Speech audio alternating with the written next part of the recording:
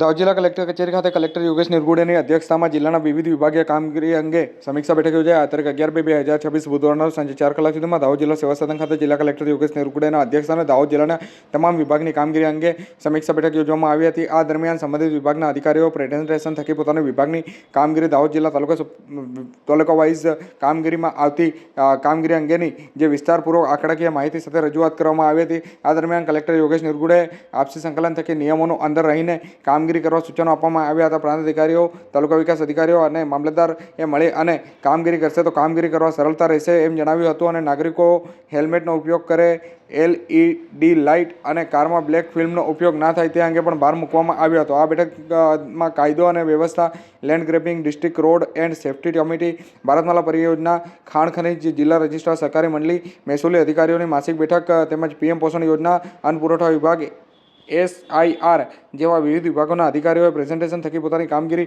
રજૂ કરવામાં આવી હતી. અને એ સાથે રેશન કાર્ડ સમયસર ઇસ્યુ થઈ જાય અને KYC કામગીરી ઝડપી પૂર્ણ થાય તે માટે સૂચનો આપવામાં આવ્યા હતા. તેમજ પેન્ડિંગ કેસોનો યોગ્ય નિર્ણય લઈ અને ઝડપી નિકાલ આવે તેવી તકેદારી રાખવા જણાવ્યું હતું. આ બેઠક દરમિયાન પોલીસ અધિક્ષક રવિરાજસિંહ જાડેજા, જિલ્લા વિકાસ અધિકારી સ્મિત સાહેબ, નિવાસી અધિક કલેક્ટર JM રાવળ, પ્રાંત અધિકારી, તમામ મામલતદાર, તમામ તાલુકા વિકાસ અધિકારી સહિત સંબંધિત અધિકારીઓ ઉપસ્થિત રહ્યા હતા.